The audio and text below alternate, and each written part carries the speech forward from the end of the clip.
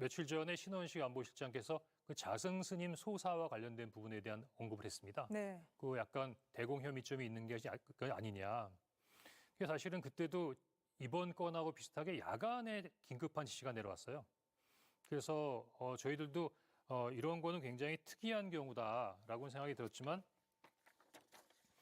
당시 11월 29일 날, 2023년 11월 29일 날 경기도 안성의 칠상사에서 자승 스님이 분신 입적하시는데 갑자기 이게 대공 관련된 부분의 사건과 대공 용의점이 있다는 부분에 있어서 지시가 내려와서 저희가 테러, 안전, 다음에 그 안보조사국에 있는 대공 수사팀이 현장 확인을 하러 7, 80명이 야간에 동원됐던 적이 있었습니다. 7, 80명이네요. 예.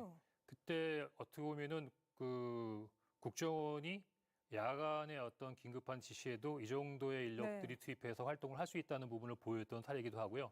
그때 이 지시를 저한테 대통령으로 받고 전달했던 분이 당시 조태용 국방부시장이십니다. 예. 그때 제가 국정원장 직무 대행을 했고요.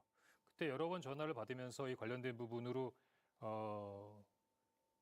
용산으로부터 지시를 받고 굉장히 이런 부분에 대해서 다급하게 출동을 하고 활동했던 부분이 있습니다. 조계종 총무원장을 지낸 자승 스님은 지난 2023년 11월 29일 경기 안성시 칠장사에서 화재로 입적했습니다. 당시 화재 현장엔 경찰은 물론 국정원 요원들까지 투입된 바 있습니다. 이렇게 국정원까지 나선 배경엔 윤석열 대통령의 지시가 있었던 걸로 JTBC 취재 결과 확인됐습니다.